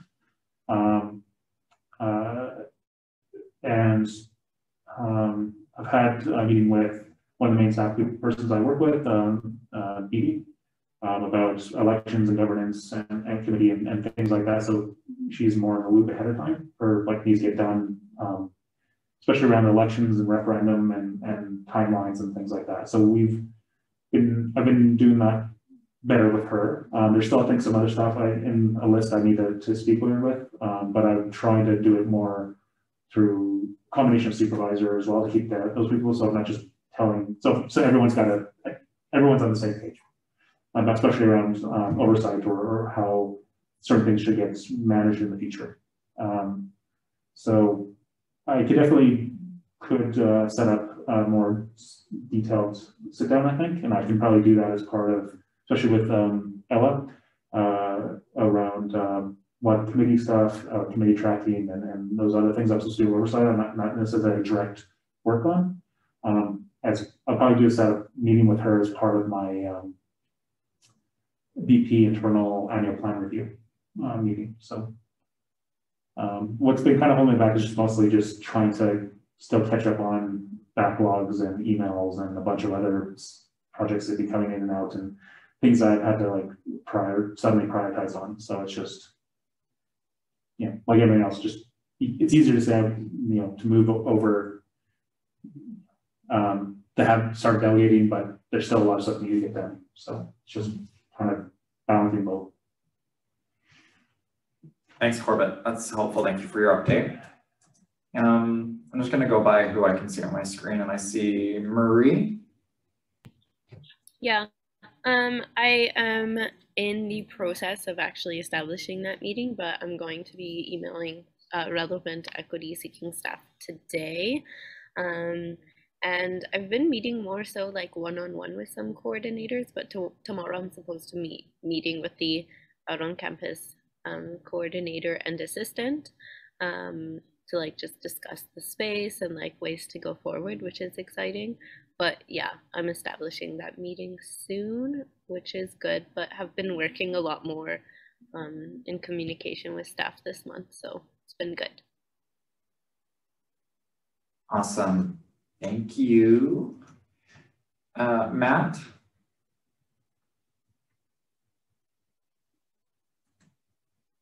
Hello. Yeah, so I have weekly meetings with Ella, Beatty, and Muriel just in regards to like my portfolio. We had a session last week for like my annual plan. So we went through that in a lot of detail. I actually meet with staff pretty frequently when I'm in the sub and also like outside. So, you know, like I said, I meet with the staff that I work with pretty regularly ever since like this fall. So that's been ongoing. And then also it just in regards to like if there's something going on in regards to campaigns or like I'm reaching out to like Muriel and Beatty, but also like reaching out to like Ilham and the comms department. And then if anything, there's like front facing stuff. I actually have been working quite a bit like with Nancy just in regards to you know, that side of things, if there's anything relevant like within the building. Like I'm messaging John pretty frequently as well. So I feel like I have pretty good contact and establishing like those working relationships pretty well. A lot of staff like have various ways to contact me either through like Google Hangouts or either like my phone or whatnot. So it's been pretty good. I've received a lot of support in that way. I've been trying to task a lot of things that staff can take care of on my end that I'm finding that just like the background work and then kind of following up with that through my portfolio and stuff like that. So for example, like with the I guess the fridge, like the community fridge, like the launch, like just kind of getting that rolling and communicating with staff like what I needed done, and then a lot of that got executed in the background. And same with like the flood stuff, like a lot of front facing stuff is happening, but then John is communicating like with all the building coordinators and stuff. And then also like with the trying to get the decorations and stuff going to staff and seeing like what they need and communicating with them on that end, and then working with Kurt and also Zoya to help me with like the finance part, and then also other execs. So yeah, that's kind of where I'm at. That's really fantastic, Matt. Thank you so much. Happy to hear that.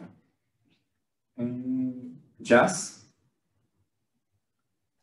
Yes. So especially with the recent stuff that's been going on for flood, I have been communicating with John. And then when I go into the sub, I bother Nancy a lot of the time. So I just visit her a lot. And then she just brings up anything that she needs done or what I have been doing.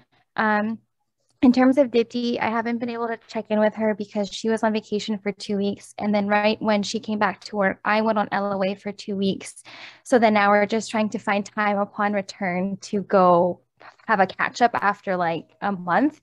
Other things that in terms of the MSC staff, I'm actually going to be meeting with all of them tomorrow with John as well regarding in-person events and guidelines.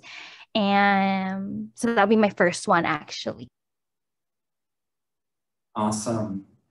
That sounds really good. Thanks, Jess.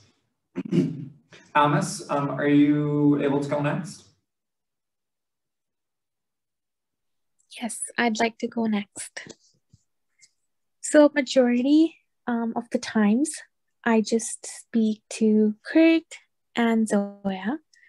Zoya's been super sweet. She settled so well into the role, and like she has quick knowledge about everything that's going on. So I'd like to say that she definitely deserves some appreciation because she's picked on the role so well, especially given that there was no one to train her. It was only Kurt, and our other finance coordinator had already left by the time they came in. Yeah, I don't have any other interaction with any other staff members.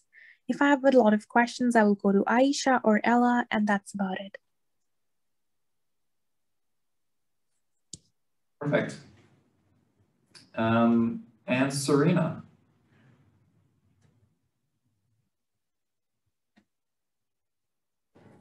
Sorry, do you mind repeating what I'm supposed to be speaking about? My internet has been cutting in and out, but I heard the beginning of my name, so I'm assuming you called on me. Yeah, it's no worries. We were just talking about that meeting we had a while ago at the executive committee around how we committed to like each exec kind of meets with staff that they work closely with, kind of within their portfolios. And I was just asking everyone if they've begun to have like those meetings and how they've been going, or if you haven't had those meetings, if there's anything you need help with in setting them up. Got you. Okay, perfect. Thank you. I have been meeting with Beatty and Muriel probably the most, and then also with Brianna on like a bi-weekly basis. I meet with Beatty and Muriel during like team updates, but also now that I'm back from break, we're gonna go through my annual plan and what is it called? Like SOP, I think is the acronym, if I'm remembering correctly. And then also, I think I'm gonna have to set up another, well, we're gonna meet with Brianna as like DNA on Friday, but to like speak about her new role and like how that works with DNA. I'm planning to meet with her more about that as well. But that's I would say that's all for me. Fantastic. It was really good to hear, Serena. Thank you. And I guess for me, I continue to have my weekly meetings with Aisha, John, and Ella. And Corbett has been joining in on those recently as he's been acting president for, you're basically deputy. But he was acting as acting president for a while there. So he's been attending it's easier to have him in the loop. Okay, that's really helpful to know. And I'm glad that those have been working well. That's really all I wanted to know. Was there, I guess, any other questions or comments on, I guess, the overall recommendations of the internal communications working group and communicating with staff and these meetings? Corbett, go ahead. It kind of relates to communicating better around like council motions and stuff either before or after. Mm-hmm. So staff now, I think, do get the agendas. It obviously doesn't necessarily mean they'll get the most amended agenda, because we often amend it sometimes the day of or really early or really late to the meeting. And also communicating after the fact. Now, I think during one of our staff meetings, it was recommended that Beatty, since she attends our meetings pretty regularly, that she be one to update staff. But if for whatever reason she can't attend, or if she's overloaded, busy with specific stuff, like what's her backup? Is that something that should be like a joint thing? Should there be like specifically we go to Ella or we go to somebody else to say like, because the thing too is, when do we get because it does take some time to get the minutes finished and approved and such to be able to send even the draft out to staff. Like basically what's the reasonable timeframes and what's our backups for when person's gone or something? Yeah. On like a vacation or whatnot. Like who's responsible for that? Who's going to receive that communication? Is it my role? Is it the president's role as chair? Is it like, I think we need to specify that a bit better, because I think right now, like there's things I would do sometimes that say like a staff member would email me about a comment or something, or like their perspective on say a particular motion. Yeah. But we still need to like communicate, hey, yeah, these things have happened, especially around things like, we approved a bunch of referendum questions. Well, now we need to communicate to LHAM too, that we need to develop, and other people develop campaigns and such. So I think there's just more areas for room improvement, and we just need to finding that out a bit better and a little bit more flexible for when things break down, or for more oversight, so backup, so things don't break down as bad as they could. Yeah, that's a really good point. Here's, I guess, maybe a suggestion that I'm throwing out there is, how, and I guess for folks who don't know, after each council meeting, me, Corbett, and Ella meet together on what we call the council review of action items. We have a spreadsheet where we track each motion that was passed. And have a column for action items and who our staff person of contact is and who's responsible, I guess, for executing that action item. I think that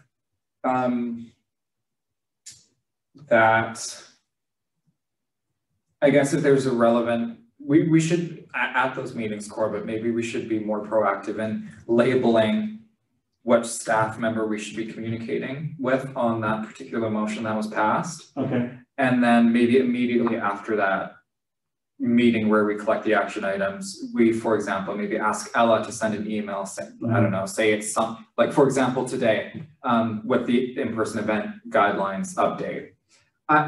This is exactly what I'm just saying. If this happened at council, we would identify that at one of our meetings and say, you know, we need to contact the MSC team about this. So after we identify that, Ella would then send an email maybe to the MSC team with the relevant execs CC'd, like Jess, to say, yo, well, not yo, but hey, this email was passed.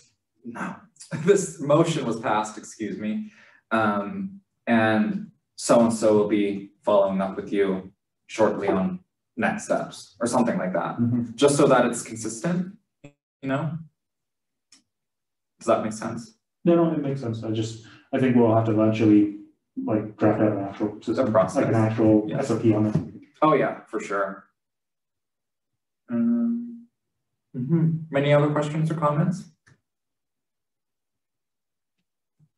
Okay. I see a question for Marie. Do you folks think that bi-weekly check-ins versus monthly are better? I really think it's up to each exec.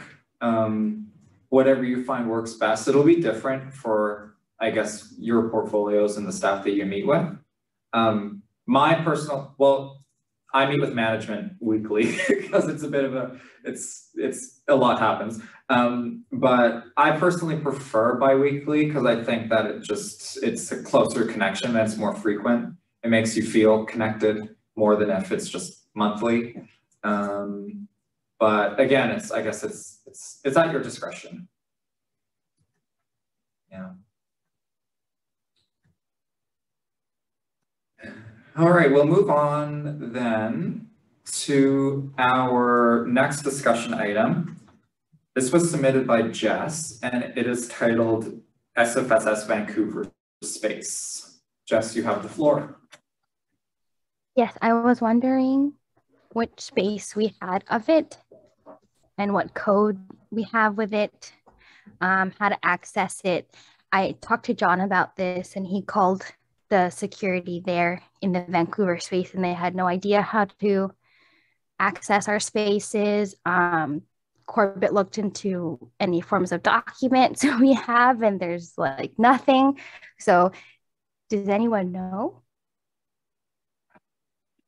Last I had heard, this was years and years and years ago, was that you had to go up to the information registration desk in the city of Vancouver to get the punch code. But I don't know if that's still true or not because I don't go to Vancouver. You know, did you get a chance to check the room space out yet or not? No. I reclined you one time, but I wasn't sure if you actually No. Yeah, I haven't. I went into that space once, and it was before I was on the board even last year. Yeah. It was in 2019. Yeah, this kind of ties into a need for us in SS to expand out into Vancouver and actually dedicate space, get some kind of dedicated space, even temporarily. I already reached out like earlier in this term around to SFP about ideas that we can do some kind of hot desking, so we could talk with staff and think about like rotating staff through there, like maybe having women's center and non-campus coordinators going once a week, you know, every Monday or so. One of the member services coordinators doing the same thing, like just kind of like say if we could get a desk for like 3 days a week or so, we could have key groups going through potentially and having some kind of clear enough office hours, and that could help us and ask, you know, tax them to also reach out to like figure out like, hey, what do we need for all the different SOS stuff? Because we also apparently have a cork board as well that's tagged up to us, but no one's goes down and maintain it, right? So it just gets covered, I think. So stuff like that, like there's changes over a number of years, but no, nothing's been like written. Maybe stuff's been written down somewhere, but it's just like, it's not comprehensive. So this is just a prime example of this issue, probably a bunch of other issues we don't even know are issues, and then because we don't have people there. Yeah. So what can we do? In the meantime, I think we could, I'll see if I can reach out to InfoReg directly, like just send them an email, so we have some writing. It might take like a month before we get back to it, but because it's probably not high priority, but, or we try to, yeah, I can probably try to do that. That's probably the first step. Okay. Get some information on that space, and then also set up a meeting maybe for early January about the idea of hot desking, because I know from talking with Shelley that she pitched similar ideas in the previous years when she was survey coordinator. So I think we could solve this problem. We just need some time to sit down and actually figure it out with relevant staff and people. Okay. Jess, any follow-up? Does this have to go to SPOC? It could be a thing that Spock could handle, yes. Okay, well, Corbett, like to help you out, maybe you could do just the initial. Oh wait, you're part of SPOC anyways, aren't you? Chair of it, yeah, for this year. Okay, never mind. Well, you can put it through SPOC, I guess. Yeah, but it'd be good to have a discussion also with relevant staff to see if they have the availability, like who would want one. There's a couple different things. One is reach out to SFU again and just double check on like what kind of availability we can get, and two, you know, and time and stuff, and then two, what kind of staff can be available to go down there. Like especially like the student advocacy coordinator would make sense for them to come down at least once a week, kind of thing. So yeah. And then we have talk about like, you know, potential gas cost coverage and things like that for staff, if that's a thing we do. I don't know.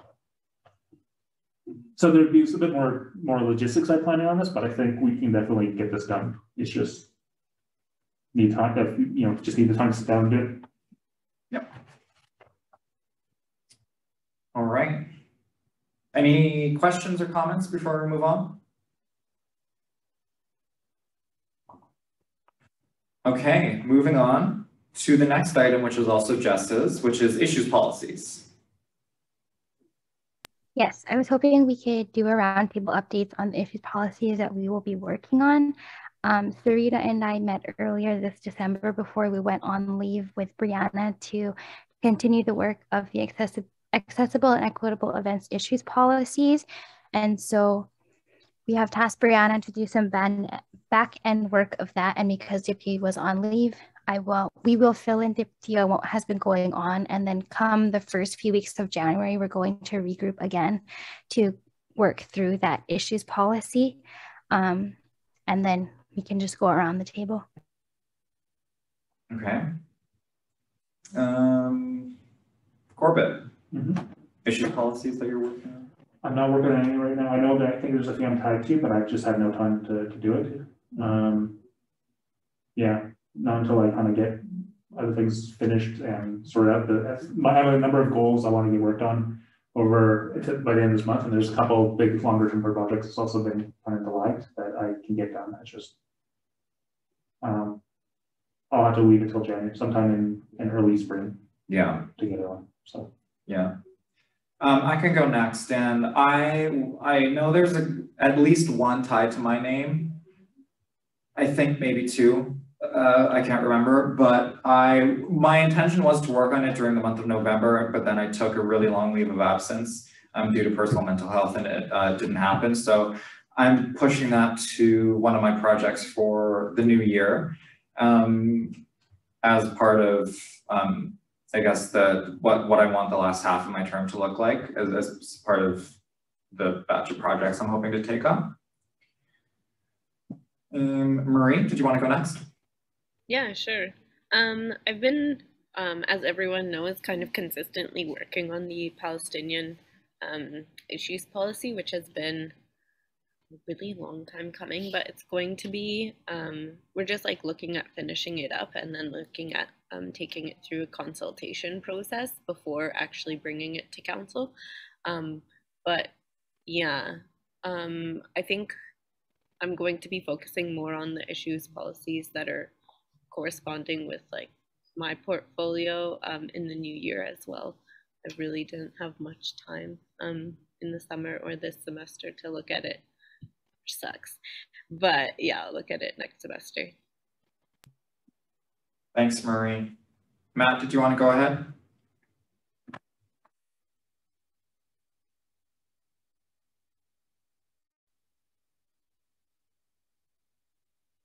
Hey, wait, sorry, can you circle back to me? I got to plug in my laptop. It's going to die. Sure, no worries. Almas, are you working on any? For me, it is getting all the motions passed that we had discussed. I think John brought this forward, where they give us a whole document and then we divide it into who gets what. So that's my priority. There's some motions that were brought forward by the last year's board, but nothing really happened with them. And a majority of them, I believe, fall under my portfolio.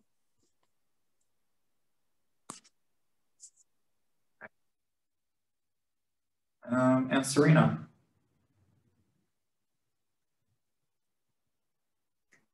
I've just been working on the equitable and accessible events issues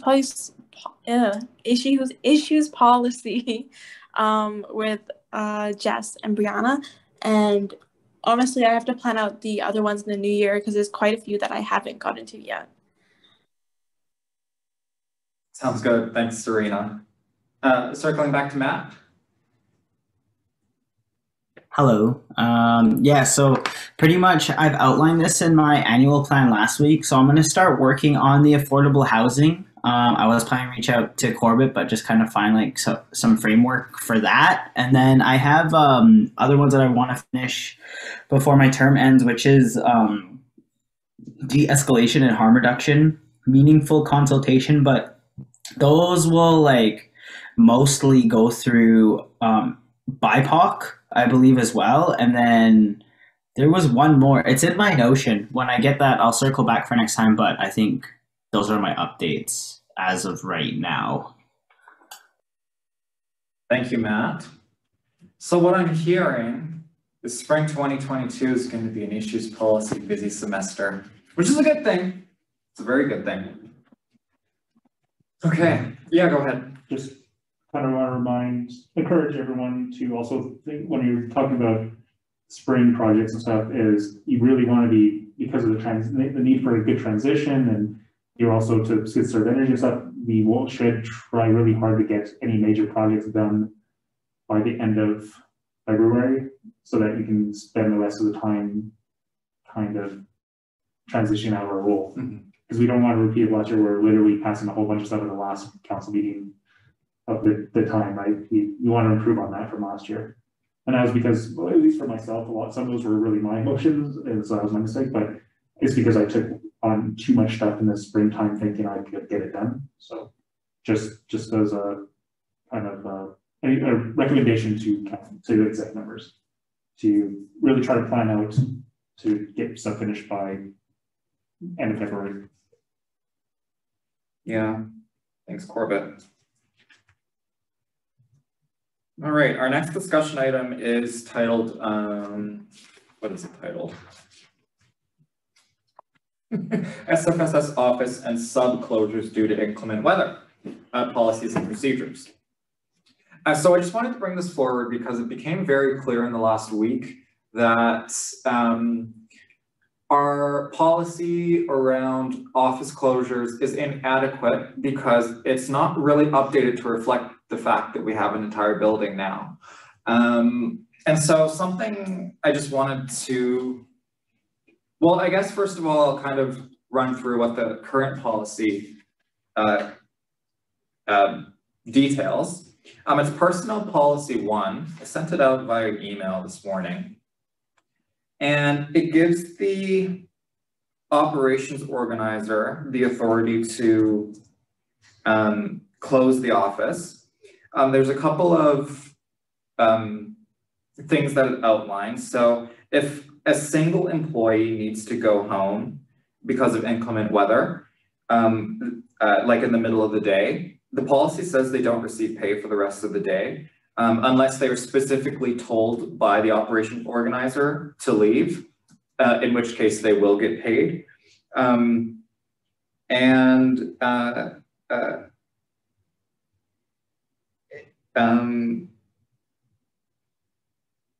Sorry, I said that wrong. So in the event that they aren't able to come to work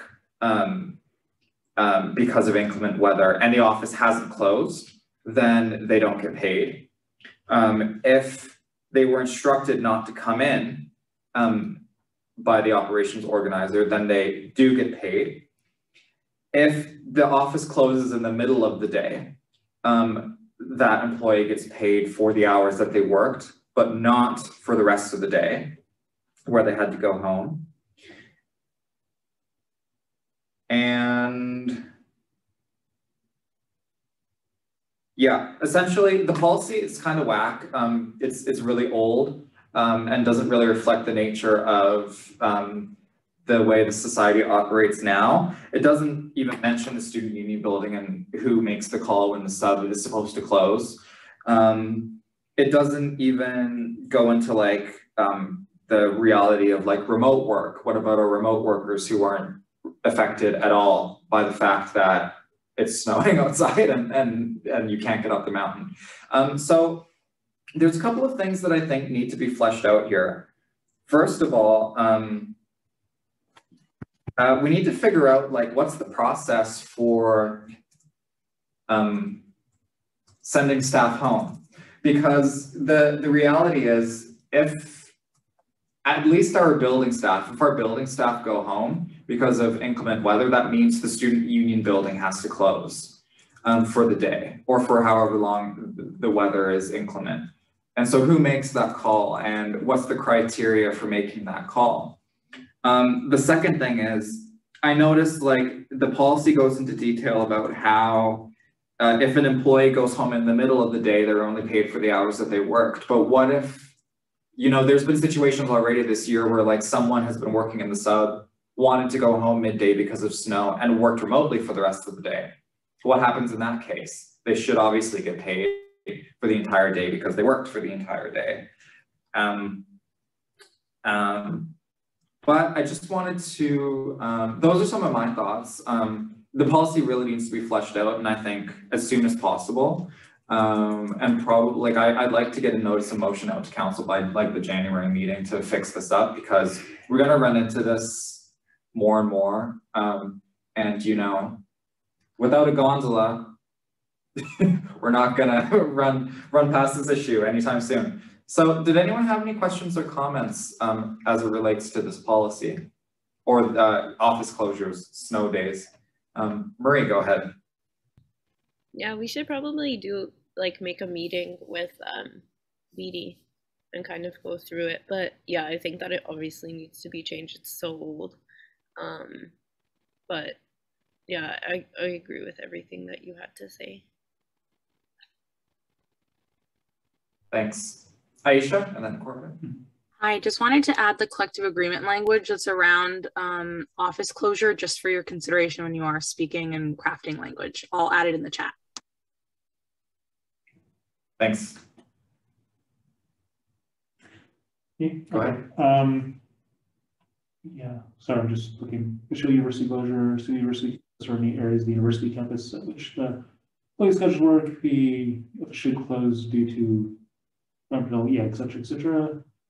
Okay. The other thing I don't want to talk about, since it's like not just closing offices and some operations be closing the building, there's like kind of, it's like all in one thing, right? We close the building or we don't, kind of such. Because we tend to, you know, SFU tends to be very slow and often waits until basic translate stops running out before anyone can do anything, before they officially announce stuff. We should probably set our own standards that are a bit more forward thinking. But we need to have some kind of discussion around like what we consider reasons to start closing the building, and also figuring out like how we communicate that to students and how do we, because you have to like ask everyone to leave, right? And that can take a certain amount of time and such. And how much staff do we need to be able to effectively do that? You know, things like that. And where can they go and such. So there's definitely a lot to the actual logistics of that thing. But we definitely should develop some standards that we kind of, I wouldn't say like it has to be a checkbox type thing, but some kind of combination of things that makes it look like we should be proactively closing this space, even if it's not necessary. Because there is also the downside, like, yeah, we closed early, kicked out a lot of students, and then it wasn't necessary.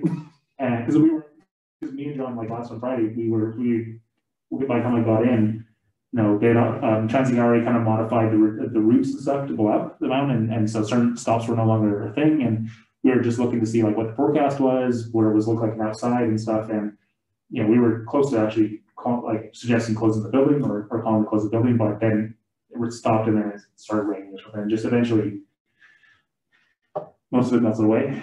But there was still a concern, like, yeah, if it goes below freezing while it's raining or something, then we would have like slick roads, and then, you know, just we might have to close in the evening or something. So it's a thing that we have to pay attention to, and we have to have some kind of clear guidelines on what we consider a reason to close, and to go through all the work, and also accepting like we're wrong, well, we're wrong, but we can say we're just being proactive on this and not being like SFU.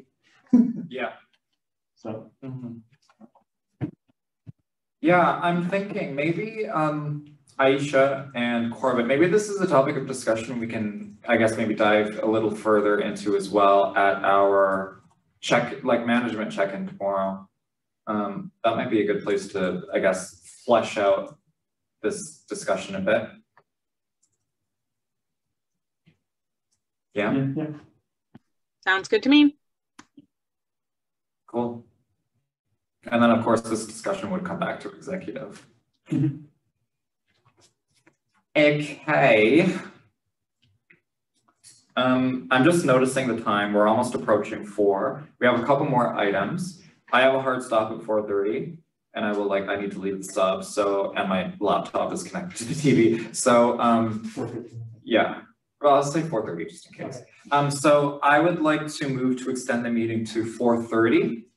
Can I have a mover? Corbett moves. Oh wait, sorry, I moved. Do you want a second? So I moved, Corbett seconds. Any discussion? Voting. All those in favor seeking unanimous consent?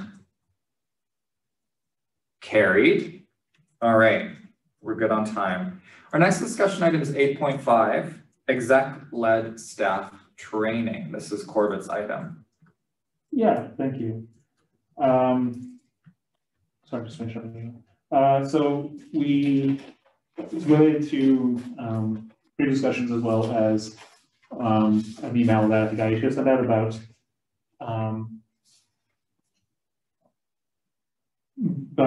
some execs leading specific types of training or discussions with staff around things to help get everyone better on the same page for governance changes and such, because, you know, we've hired new people in, we've had some people that were part of the previous governance and administrative structure and such. I think we needed to get everyone trained up on what changes we were making and why we made them, as well as a dedicated session around just specifically the consistency group model that we've been implementing kind of piece by piece. We've had different staff members with different, I think some have had more one-on-one training and more discussion, but I think what we've found, especially the last number of weeks, was that it's not consistent, and I think we need to again get this all written down somewhere, written down more comprehensively, and have a training session on that for staff. And so it's just a matter of when that can get done and when that could happen, I think. So. Okay. Yeah, so how do you see next steps here in terms of timeline? For the admin and governance stuff, I think all the data, all the information we have literally from reasons like the documents we passed way back not summer, the previous summer, when the initial governance restructuring, and I think me, and Matt are the best people to talk about that because we were really there during when it all happened last year. And so, sorry, my brain for a second. The other one, I need more time to fully write out the CG model, just because there's there's a lot of stuff that exists, but there's still, I need to like piece a lot of it together. And then I think that could be in January, sometime in January at very least. The problem is like either one it's not like a 30-minute discussion. It's like it's a lot of information, right? So I think we have to have dedicated sessions for these with training, part of the staff training schedule. So my assumption is January, sometime in early spring. Okay. All right. Any questions or comments? Was there any particular question that you needed answered or just an update? Corbett. It was just, I just had the discussion, right? And so if there's any feedback or other things that you think staff should have from a training perspective, that exec should lead, I think it'd be also good to, we can have this discussion now. Okay.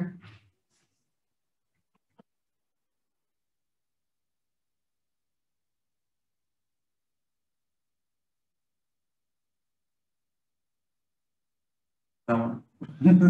We can have like a follow-up discussion or something if you want, but since we have time now, but if people want to think about it more, like I think first steps, get those first two things done and out, and trained, and then we can kind of go on further. Okie doke. All right, well, to be continued.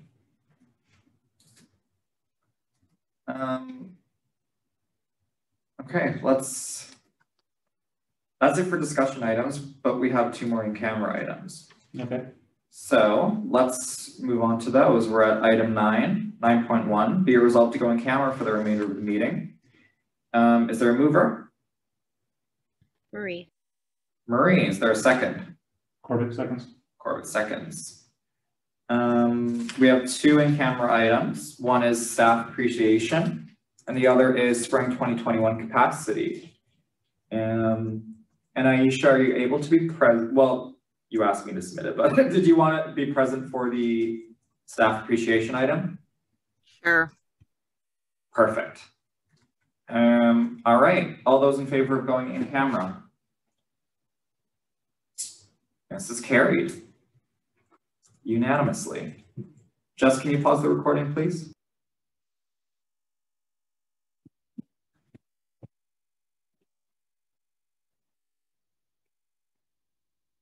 All right, everyone. Be it resolved to go ex camera. Do I have a mover? Corbett moves. Matt? Matt, do you want to second it? Nope. Just kidding, yeah. Okay. All right. Okay, well, we'll just to a vote. All those in favor, seeking unanimous consent. All right, that's carried. We'll move right into adjournment. So be it resolved to adjourn the meeting at 4:34 p.m. Is there a mover? Marie. Marie moves. I'll second. Corbett seconds. All those in favor, seeking unanimous consents. Carried unanimously. Okay, bye. Bye. Bye. Bye. Bye, Matt.